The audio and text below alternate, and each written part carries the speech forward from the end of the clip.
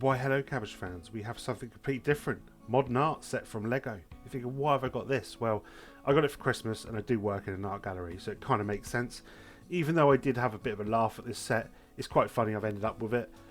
But let's have a look at it and learn a little bit about modern art, because it's not actually that bad if you look at the context of modern art. Let's pop in the DeLorean and head to the 18th century, where modern art began. But just a little bit before we get into the modern art, you had the history before modern art.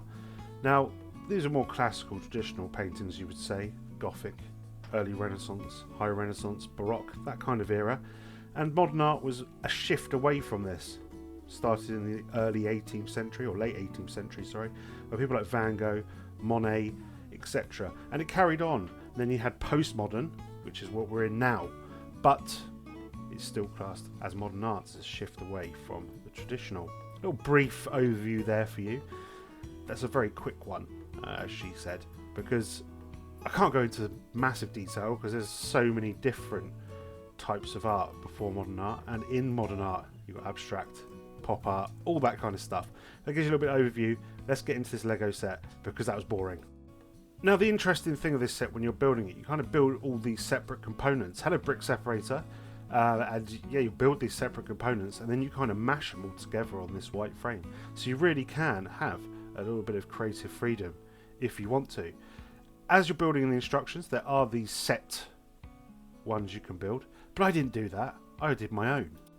But we'll have a look at my creation in a second. We'll look at the instructions because these are quite interesting. You first off build the little frame, some crap about bags and Legoland, and no one cares about this rubbish. But you can create and display your own way. How wonderful is that? See, as you can see, you can build all these different components here. You've got the frame on the far left and then all these different shapes and sizes, etc. Build the frame, thanks very much, great, wow, wow, wow. But then it does have some information about what you're doing. So here we have balance. That's right, you've got to balance your art, which is not quite true. You can have it a little bit off-piste. And then we have another section which I think was movement in your art. Anyway, let's get into my thing I built. Here it is. This is my final product, my modern art masterpiece. When I'm famous, this will be worth about 10p. There we go. Looks like Peppa Pig has been hit by a mallet. Wonderful. Will you get this set? Let me know. Bye bye.